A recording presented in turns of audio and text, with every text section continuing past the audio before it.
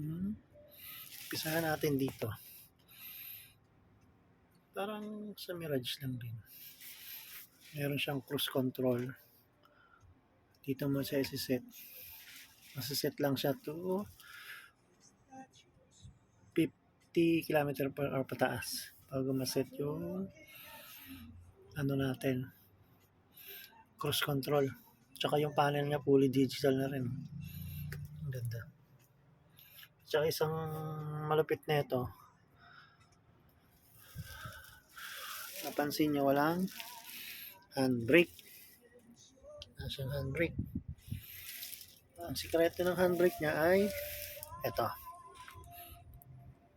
Pagpapark ka, iaangat mo lang to. Handbrake yan, iilaw yan. Pero kapag di man siya handbrake, push down lang. Ito yun. Tapos ito naman yung kapag matraffic ang daan, di mo na kailangan umapak sa brake pedal, press mo lang to. Tapos madi-deactivate lang siya kapag apakan mo na yung gas. Ito nga pala yung ano niya. Dito tayo sa panel. Ayan, touchscreen na rin to. Touchscreen yung panel niya. Parang sa Mirage. Bluetooth, AM, FM radio.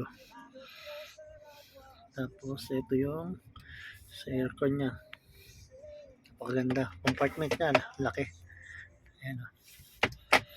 Tapos ito yung sa aircon. Kung gusto mo sobrang lamig, dahil mainit ang panahon, press mo lang to. Tapos pag ito para sa hamog, kahamog yung dashboard mo sa harap, press mo lang to. Ito naman sa rear. Ito yung pan, i-down mo lang siya kung gusto mong hinaan yung pan. Kung gusto mong malakas, push up. Yan. Lamig. Grabe. Yan. Tapos ito yung sa aircon. Kung gusto mong malakas, cool, down lang. Tapos malamig, yan. Hinaan mo lang siya up. Tapos meron siya rito charger. USB. Tapos ito, cigarette. Yan. Tapos yan.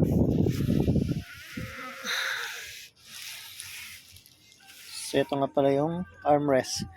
Laki ng compartment to. Maraming kasya. Tapos meron siya rito USB type charger din. Tapos meron siya rito fan ng aircon para pati yung passenger hindi mainitan. Pati sa likod abot hanggang sa third row. Ay, ito nga pala yung third row. Ayan, third row nya. Leather seat na rin, kompleto. Pakalaki. At saka ang maganda nito, meron siyang car cigarette charger. Yan, sa likod. Tapos, ito, seatbelt na passenger sa third row. Yan, may ilaw rin pala rito. Third row yan. Tapos, ito ang control ng aircon nya. Pwede mo siyang i-pull. Control lang. And then, dito, yan, ganun pa rin. Napaka-elegante. May carbon pa. Leather na rin. At ito, ayos. Wala ka nang babaguhin. Ano na siya. Talagang naka-upgrade na. Pati mga upuan. Leather na lang. Ang sa tingin ko kulang na lang nito eh. At saka pagka yung panel niya kapag reverse ka atras, naka-automatic reverse yan. Yun nga lang sa harap wala siyang camera kaya kailangan pa rin kabitan ng dashcam for safety kasi panggagrab ko ito. Yan. Tanggalin natin kasi bukas papaanohan natin ito sa blessing. Okay, tapusin na natin ang ating short review. Sa sunod na video ko yung ano naman sa labas. Okay.